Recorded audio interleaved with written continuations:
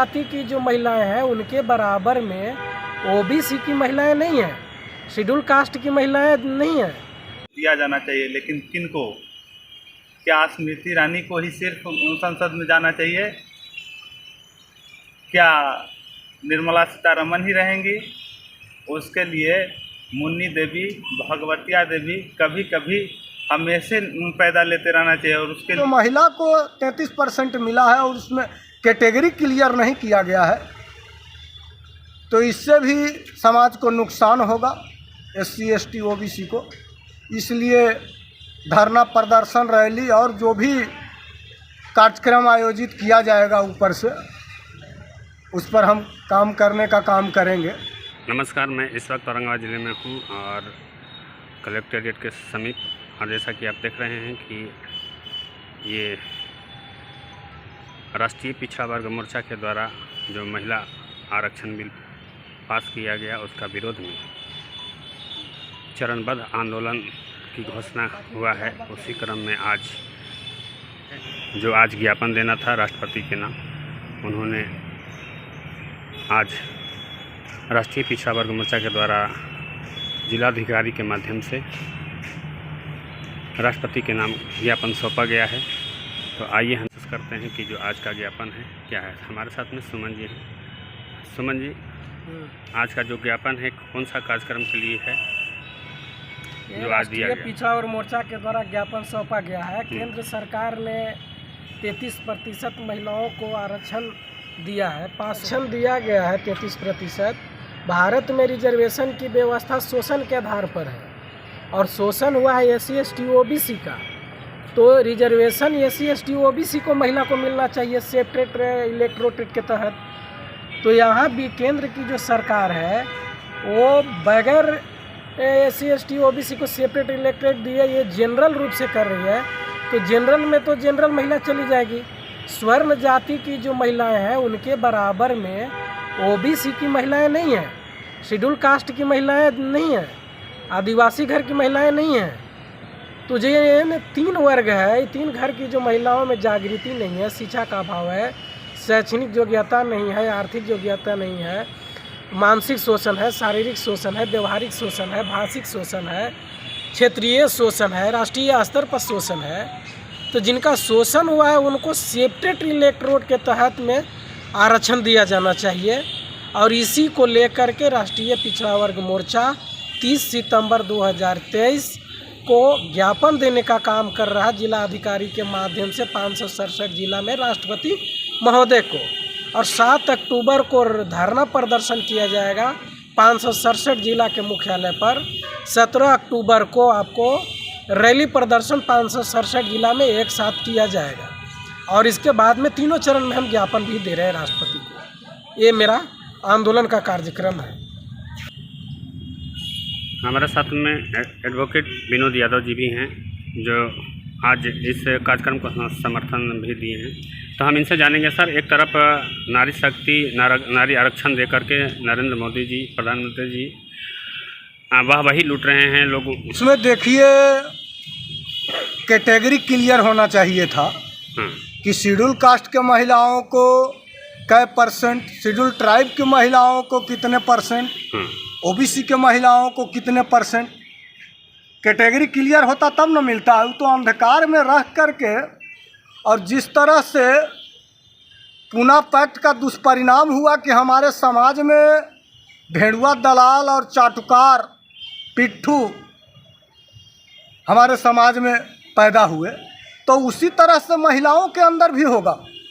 उनके अंदर नेतृत्व निर्माण नहीं होगा, नेतृत्व का अभाव होगा और उसको हमारे दुश्मनों के द्वारा प्रयोग किया जाएगा। तो कैटेगरी वाइज क्लियर होना चाहिए था। और उसमें एक षड्यंत्र बहुत बड़ा है कि जहाँ पर OBC के जो पुरुष सांसद जीतने का काम करते थे तो वहाँ जनरल महिला को ला करके और खड़ा करके और जिताने का काम किया जाएगा। क्योंकि हमारे घर की महिलाएं जल्दी नहीं निकल पाती हैं और उतना उनके अंदर अभी नहीं है एक्टिविटी, तो इसका दुष्परिणाम होगा। क्योंकि जब पूना पैक्ट का दुष्परिणाम हुआ SC ST के नेताओं पर डायरेक्ट हुआ और इनडायरेक्ट रूप से अदर बैकवर्ड कास्ट के नेताओं पर भी उसका प्रयोग हुआ, उसका दुष्प्रभाव पड़ा। तो इस तरह से जो महिला को 33% मिला है और उसमें कैटेगरी क्लियर नहीं किया गया है, तो इससे भी समाज को नुकसान होगा, SC ST OBC को। इसलिए धरना प्रदर्शन, रैली और जो भी कार्यक्रम आयोजित किया जाएगा ऊपर से, उस पर हम काम करने का काम करेंगे। इसलिए कैटेगरी इस पर क्लियर होना चाहिए था। हमेशा संदेह के घेरे में कोई भी निर्णय लिया जाता है तो उसको संदेह के घेरे में लिया जाता है, इसलिए हम इसका विरोध करते हैं। हमारे साथ में अधिवक्ता सुरेंद्र मेहता जी भी हैं। हम सर जानेंगे कि जिस तरह से महिला आरक्षण जो दिया गया उसका समर्थन तमाम लोगों ने किया, जैसे कि नीतीश कुमार ने भी इसको अच्छा कहा और राष्ट्रपति के द्वारा भी इसको पास कर दिया गया, तो क्या कहेंगे? हमारे समाज में जो दलाली करते हैं, जो समाज को बेच करके और वहाँ भंजाते हैं, तो वैसे लोग तो वही काम में करेंगे कि उनको अपना केवल कुर्सी चाहिए। समाज के लोगों से कोई माने मतलब नहीं है। समाज का लड़का पढ़ेगा कि नहीं पढ़ेगा, वो रोज़गार में जाएगा कि नहीं जाएगा, वो राजनीति में आएगा कि नहीं आएगा, उसे उन लोग को मतलब नहीं है। उस लोग को चाटुकारिता करने से मतलब है, उन लोग को अपना कुर्सी बचाने से मतलब है। उन लोग जो जितने भी OBC के नेता जो समाज के नाम पर जीत करके गए हैं, उन लोगों ने पैसा लूट करके विदेशों में पैसा जमा किए हैं, और जब ही इधर उधर करते हैं इन पर CBI और ED का जब छापा पड़ने लगता है तो डर के मारे इन लोग जो है सो घुटने टेक देते हैं और हमारे समाज के प्रति जो नुकसान होता है, जो बातें होती है, उसका वो लोग समर्थन करते हैं। तो इस तरह से हमारा समाज का जो भेड़ुआ दलाल सब जो जीत करके जाता है, उससे हम लोग को नुकसान हो रहा है।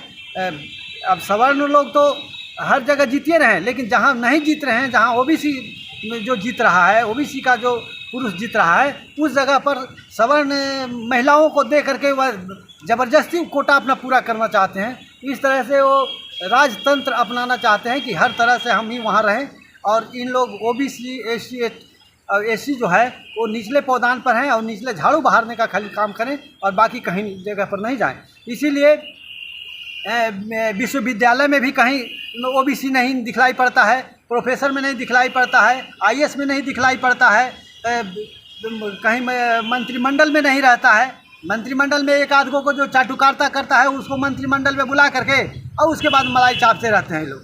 तो ऐसी जो विडंबना लोग समाज के प्रति जो किए हुए हैं, ये इसका हम निंदा करते हैं। और हम अपने समाज के लोगों को बताना चाहते हैं कि चाहे किसी भी पार्टी का हो, जब हमारे समाज के आदमी जब हमारा वोट पर वहाँ जाकर के टिकट लेता है और टिकट ले करके दूसरे को टिकट दे देता है, वहाँ कहता है, यहाँ आता है जात के नाम पर वोट लेता है, समाज के नाम पर लेता है कि हमको 12% वोट है, 12 को हमको टिकट चाहिए। और वहाँ जाने के बाद वो क्या करता है, कहता है कि हम समाज को लेकर के चलते हैं, 12 में 12 को बांट देता है इधर उधर। अरे समाज के तुम जब पूरे समाज को लेकर के चलता हो तो समाज के लिए तो 100 सीट पर 150 सीट मांगो, तब सबको बांटो। तो तुम जात के नाम पर मांगते हो कि 10 को हमको टिकट चाहिए और 10 को टिकट ले जा करके और जो वहाँ बिक्री कर देता है पैसा पर।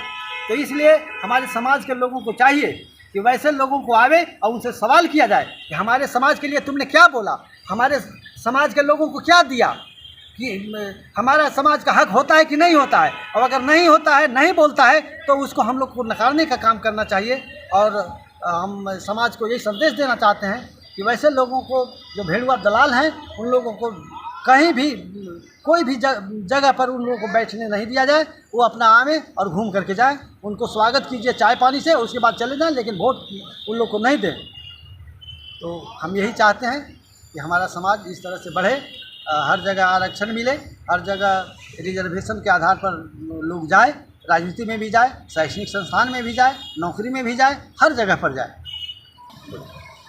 ये जो महिलाओं का जो आरक्षण जो 33% दिया गया, इसमें जो जिसको शोषण होता है, जिस समाज का शोषण होता है, उसके लिए दिया गया है, न कि सवर्ण जाति के लिए दिया गया। सवर्ण तो खुद ऊंचा जगह पर ही है, इसलिए वैसे लोगों को नहीं दिया गया है। तो हम चाहेंगे कि जितने भी हमारे समाज के जो OBC ST SC जो हैं उन लोगों को कैटेगरी के आधार पर निर्धारित करके 33% का जो कोटा दिया गया है इन लोगों को फुलफिल किया जाए और सवर्ण लोगों को अपना जनरल जहाँ है वहाँ जा करके अपना चुनाव लड़ें।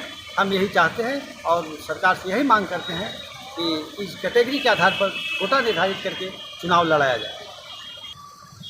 हमारे साथ में एक और अधिवक्ता हैं अनुराग जी अधिवक्ता हैं, तो हम जानेंगे सर जिस तरह से महिला आरक्षण दिया गया लोकसभा में हिस्सेदारी, तो इस पर आपका क्या कहना है? सबसे पहले तो संगम भारत न्यूज़ के तरफ से जो हमारे खबरों को लोगों को तक पहुंचाया जाता है इसके लिए आनंद जी आपको बहुत बधाई और शुभकामनाएं कि आपका चैनल बहुत दिन दुगना रात चौगना बढ़े।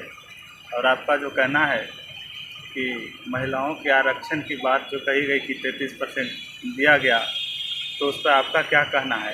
तो मेरा एक ही लाइन में जवाब है कि कभी भगवतिया देवी और कभी मुन्नी रजक को ये दिखाने के लिए ही सिर्फ अगर राज्य आरक्षण दे करके कभी राज्यसभा और कभी विधान परिषद में भेजा जाता है तो ऐसा नहीं होना चाहिए। इसका अगर ईमानदारी से लोग हमारे राजनेता जिनको हम अपना नेता समझते हैं और लोग चाहते हैं तो उसका इस बात का विरोध करना चाहिए कि 33% आरक्षण तो दिया जाना चाहिए, लेकिन किनको? क्या स्मृति ईरानी को ही सिर्फ संसद में जाना चाहिए? क्या निर्मला सीतारमन ही रहेंगी? उसके लिए मुन्नी देवी भगवतिया देवी कभी कभी हमेशा पैदा लेते रहना चाहिए और उसके लिए क्या करना होगा? उसमें आरक्षण निर्धारित करना होगा कि सवर्ण जाति की महिलाएं ही सिर्फ क्यों पहुंचेंगी, इधर OBC की महिलाएं भी पहुंचे, इनके लिए आरक्षण की व्यवस्था की जानी चाहिए। इनको राजनीति में भागीदारी दिया जाना चाहिए तो ये नाप तोल के दिया जाना चाहिए कि इनके राजनीतिक पिछड़ेपन कितना है, उसको देख करके इनके लिए अलग निर्धारित सीट करके और तब आरक्षण दिया जाए। हम महिलाओं के आरक्षण के कभी विरोधी नहीं रहे हैं। महिलाओं के आरक्षण से विरोध करने से हमारा क्या फ़ायदा या नुकसान होना है? लेकिन महिलाओं के आरक्षण मिले तो उनको मिले जो कभी राजनीति के बारे में सोच नहीं सकते हैं, चूँकि वो सोचते हैं कि हमारे लिए ये चीज़ नहीं है। तो क्यों नहीं है? ये देश सबका है, सबके वोट का समान अधिकार है। तो पिछड़ी जाति की महिलाएं, दलित OBC माइनॉरिटी की महिलाओं को भी एक सीट निर्धारित किया जाए, निश्चित किया जाए और उनको भी राज्यसभा और विधान परिषद में जा कर के अपनी आवाज़ बुलंद करने का अवसर दिया जाए। इस तरह की व्यवस्था बनाई जाए तब हम महिला आरक्षण के समर्थक हैं। हमारा महिलाओं के आरक्षण से कोई विरोध नहीं है और इन्हीं चंद शब्दों के साथ हम अपनी बात को समाप्त करते हैं। तो ये राष्ट्रीय पिछड़ा वर्ग मोर्चा के द्वारा जो 33% आरक्षण दिया गया उसके विरोध में आज राष्ट्रीय पिछड़ा वर्ग मोर्चा राष्ट्रपति के नाम ज्ञापन सौंपा गया, जो पहला चरण का कार्यक्रम था। धन्यवाद।